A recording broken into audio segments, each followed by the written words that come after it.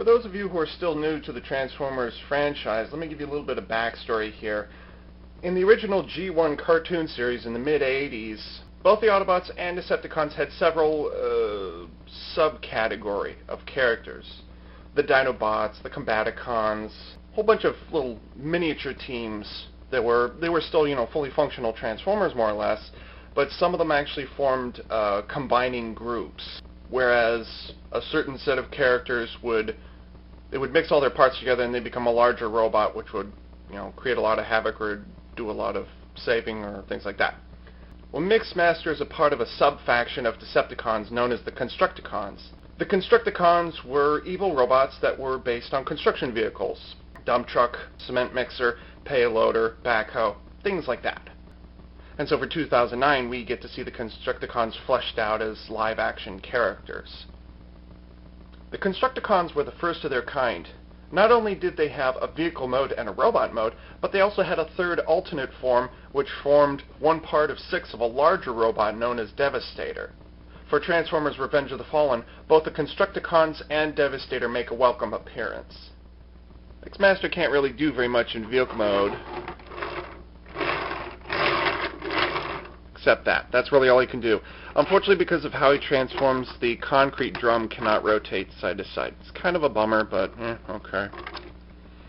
The only feature it really has in vehicle mode is this slush chute or something can fold up and down. Now it's on a ball and socket joint down here, so it can reposition, do all kinds of things. But for vehicle mode, really, that's the only posability he's got. So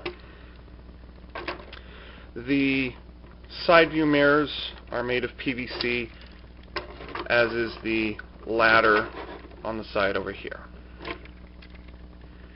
These are relatively simple vehicle mode. Size comparison time. The only other Constructicon that I have at this time is Voyager-class Demolisher. Now, Demolisher, unfortunately, is the largest single robot that we see in Revenge of the Fallen. But of course, the real Demolisher would be, this tall, probably, or no, he'd actually be about that tall in vehicle mode. So this guy's freaking huge. So this Voyager-class toy does not do the character justice. So yeah, it's the only one I got. I'm planning to get long haul eventually. And that will be, even that will be bigger than what Mixmaster is, so he kind of gets picked on as far as the 6 Constructicons go. Mixmaster, unfortunately, is also kind of in a class of his own. Now keep in mind, this is a semi-truck with a concrete barrel attached to the back. Well, we just so happen to have a semi-truck in different size. Got Leader Class Optimus Prime here. Prime is not special in that he is a semi-truck. In actuality, Mixmaster might actually be a little bigger than Prime. So we have that issue. And of course, up against a deluxe class figure such as Jolt here, they're actually, it's actually more deluxe class size than it is Voyager class size. However, interesting thing to note, if Optimus Prime is the same size as Mixmaster, and Mixmaster is smaller in scale than most of the other toys around him, in that case, Mixmaster would actually be closer in scale to Leader Class Jetfire. Because Leader Class Prime is not in scale with Leader Class Jetfire, but he would be in scale with Leader Class Mixmaster, with Voyager Class Mixmaster, so I actually didn't have Mixmaster at the time that I was covering Leader Class Jetfire, but if I had, I would have been able to show this comparison to you. This would be the actual size in the movie, in real life. This would be the actual size between Optimus Prime and Jetfire. This just shows you how little of Jetfire was actually used in order to make power up Optimus Prime at the end of the movie. Show on that one, folks. So yeah. No, I still haven't removed the batteries yet. I really hate Leader Class Jetfire. I really do.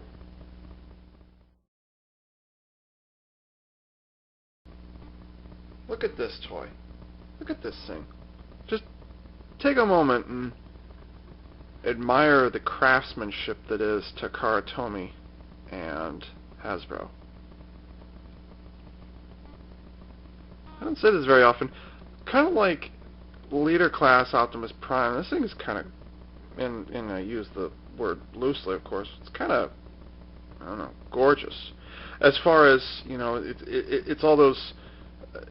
It's a very good representation of Bayformers. They're very chaotic looking, and yet, you know, you can kind of discern this is an arm, this is a leg. I didn't come up with the design style for the movies. That we have DreamWorks and Paramount Pictures to thank for that, and the concept artists, of course. But really, it was Takara Tomy and Hasbro who came up with the final designs here. So it's pretty awesome looking figure. Now, as we all know in the world of Transformers, good looks for a Transformer do not for a good toy make. On to the posability. As I mentioned during the transformation process, none of the joints lock in place. I mean none of them. It's all swivel joints, all in throughout here. The head is on a ball and socket joint and actually does have functional light piping, but unfortunately it's purple. So yeah, the light does shine through and it does work, but it's not very bright. So I'll call it a successful, but not necessarily awesome light piping. The fuel tanks actually bump up against the shoulder panel. So every time you move the shoulders forward or backwards, you have to contend with the tanks. The tanks are supposed to sit vertically, but they just kind of sit up against the tanks. So yeah. The arms are by far the most difficult or the most tricky to pose. You've got, and this is because of his stance. He's got very wide shoulders. Like, he actually has a shoulder here, but his arms are held upwards. I'm not entirely certain about the orientation of how the arms work in the movie itself, because we actually don't get very good views. The only time we see Mixmaster in robot mode is when he's there to recover Megatron at the bottom of the Laurentian Abyss, and then when we see him fighting in Egypt against the Nest soldiers and the Autobots. Those are the only times we see him in robot mode. And even then, it's just fleeting, blurring, moving shots. We don't really have a chance to appreciate what is Mixmaster. I don't know about anybody else, but I really like the kind of squat torso, really wide arms, drooping lower arms look that this guy has. I think it's real cool. And that's one of the reasons why I got the figure, is because it does have an unusual shape to it, but it's not a wheel bot.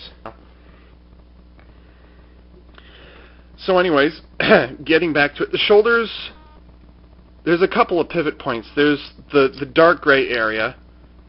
That's the standard shoulder joint right there. And again, there's no ratcheting joints anywhere in here whatsoever.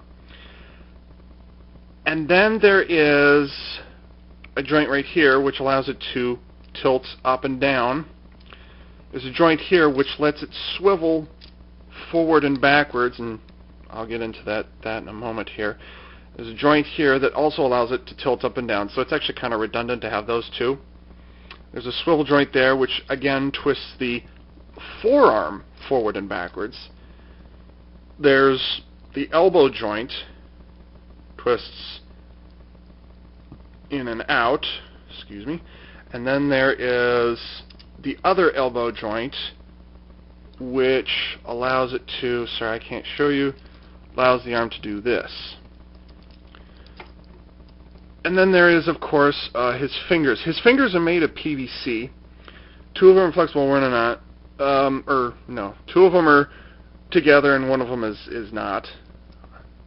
And so, yeah, you can't swap places with them, but you do have a very wide range you can work with. So, yeah. Again, I did not design the fingers. That's not how I would have done it, but okay. Now, here's the issue. Here's the issue in posing him right here. And that's in particular with the arms. The shields, they should be ball and socket joint. They should be. And they allow for things to be moved out of the way. That's fine. I've got no problem with that. What I've got a problem with, though, is because they're transformation joints. They're not really supposed to move around when you're posing him. And the same thing goes for, let's see, right, trying to get it. You see, there's a dark gray lever right there. That's what holds the wheel well section together. Again, no ratcheting joints. Nothing snaps into place. So you want to twist the arm this way, and this is flexible. You want to twist this way, and you either grab onto the shield, you grab onto the wheel well. You try to twist here at the quote-unquote elbow, and you've got, you know, this moving, this moving, this moving. You got a whole bunch of things moving. So that's my biggest problem with the arms. That's a big problem, right there. The legs, not so much a big deal. Really, the only problem is that those the knee guards are a bit of a problem. His knees are always going to be tilted at an angle like that, always. You can try and force it if you want to. You try and cut the plastic, but I would advise against that. It's just standard knee stuff. He doesn't get a full 90 degrees out of. Well, I guess he does. I just ate my words. I'd call that pretty good right there. And then there's was it a thigh twisting joint right there? The knee, the ankles. I'm getting twisted up. You can tilt those. Well, yeah. You can't really twist them very far forward, but you can twist them very generously backwards. And then, of course, the toe you can tilt up and down. And that's that. Okay. He is a little bit on the back heavy side, so you do have a tendency to tilt him forward. And I wouldn't worry about the cab section and back. It doesn't really get in the way of the legs or of the arms. The arms are far enough apart from the torso, you don't have to worry about that, and the legs lean forward far enough, you don't have to worry about that. So he actually does have a good range of motion, but the problem is that the joints don't lock into place as far as transformation joints go. Like posing joints, everything works fine. But for transformation joints, especially on the arms, the shields and the wheel wells, that is a problem. One of the things that gets overlooked is Mixmaster's Mech Alive feature. The box, the illustrations on the box point towards the wheels. Points towards the wheels and say, spinning gears, look here. Well, yeah, the wheels do spin, but that is not Mech Alive, obviously. As a matter of fact, the box points in the wrong place. Okay, so you've got the wheels, but where you're supposed to look for Mech Alive is his upper thighs. You see right there? There's a light gray piece of plastic in there. It's a single cylinder, and what happens is when you twist the thigh, you can see the cylinder stays in position, but the thigh itself actually rotates around it. That is his Mech Alive gimmick. See how it twists around like that? That is his Mech Alive gimmick. And, you know, the pattern actually changes as you twist around. So that's actually something that gets overlooked. And I don't know how it is people seem to miss that. And they're missing it quite a bit, which is kind of the frustrating thing about it. And so that is Mixmaster in his robot mode. Looks great, of course, and he has a lot of articulation, but the ability to pose him is hindered by the fact that you have to contend with those transformation joints which don't really lock in place on his arms.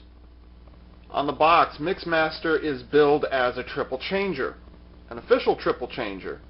Well, that's kind of true and kind of not true. And what they mean by triple changing is his ability to go into attack mode. We see it twice, briefly, just before he's killed by jet fire.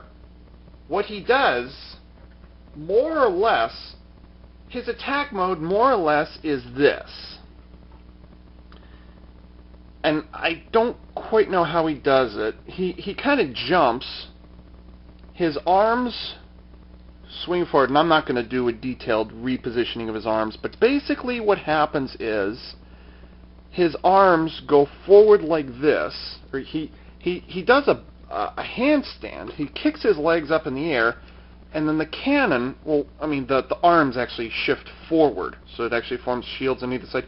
But he does a handstand, the gun kind of sort of pops out, because I think the gun's actually pointed downwards, but the gun points forwards, he fires, and then the recoil knocks him back on his feet.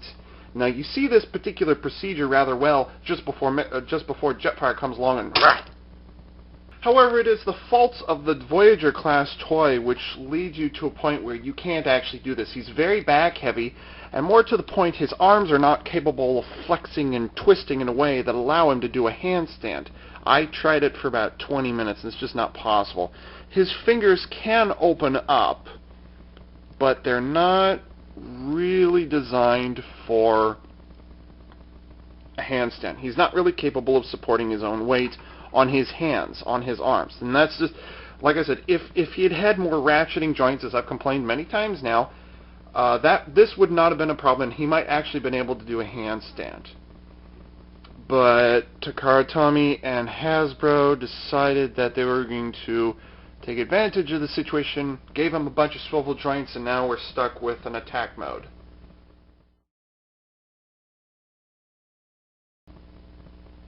As I explained during the transformation process, this is a throw together.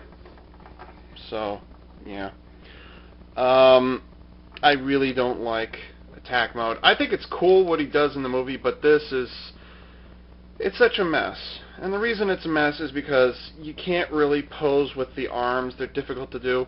The other fact that the instructions are not illustrated quite as well as I would like. I actually had to go onto YouTube and check out some of the video reviews by other regular Transformers reviewers, collectors, and see what they had to say on the matter.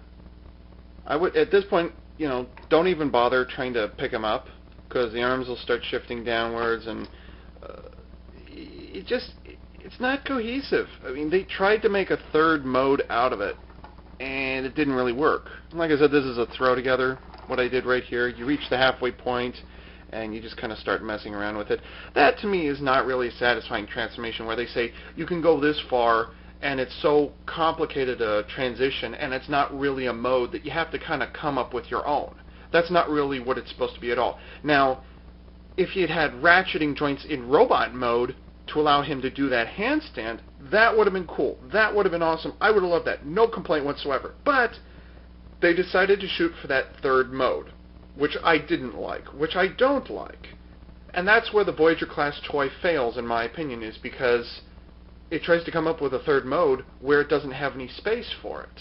I mean, the joint, the tan and dark gray platform section here, the panel, they're just waiting to flip up and down. They're not even locked into a solid position. There's nothing holding them in place.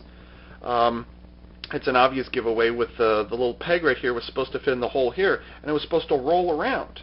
Well, maybe if you fold up the hands and you just kind of crunch, it might work. Okay, it might work, but I wouldn't encourage it.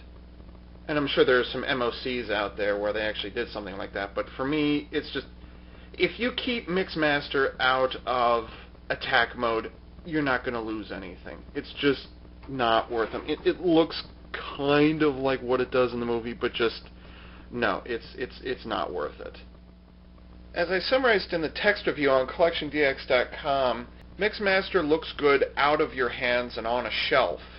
His appeal is when he's out of your hands, and less so when he's in your hands. And by that I mean he's got great shelf presence. The articulation is surprising, is very nice. The level of detail on him is pretty incredible. How he transforms, how he goes from a cement mixer into this very wide-armed robot is pretty incredible. I think it does very well there. The negative part is in posing him and in attack mode. Just ignore attack mode, okay? Forget I even brought it up, Posing in the arms is really the only negative side to him, because you got a whole bunch of joints in there. There's nothing wrong with a bunch of joints in there. It's just that a lot of them are meant for transformation. Some of them don't really have a clear function, really. And the panels and certainly the wheel wells on the back of his arms. Now, to be fair, the wheel wells and the shields are all there. They're all in exactly the right places. That's where they're supposed to be. That's where they are in the movie. That's where they are in the concept art. but his arms, like I said, are just a little too cluttered to work with. And posing him can be difficult. I do wish he'd had some ratcheting joints in the shoulders, maybe in the elbows, definitely in the wheel wells, though. I mean, if nothing else, I wish those had been able to lock in place and stay where they are. The reason they didn't, though, is because it can get in the way of the shields, and that becomes a problem. But otherwise, like I said, if you ignore attack mode, and he's just sitting on your shelf for long periods at a time, you just pose him, once a month or something, it'll turn out just fine. The vehicle mode looks just fine. I've got no complaints with vehicle mode whatsoever. Not having the drum rotate, okay, it's a small loss, but I'm not disappointed, really. I can live without it. I didn't play with Tonka Toys much, so I don't have that problem. And I think that Voyager-class Decepticon Mixmaster does very well. So I recommend getting him. I wouldn't recommend getting him for 5-year-olds, which the toy is targeted at, but I would recommend it for the older collector, because it's definitely worth picking up, I'd say. And so, this is Abe Unit 4A for CollectionDX.com, signing off.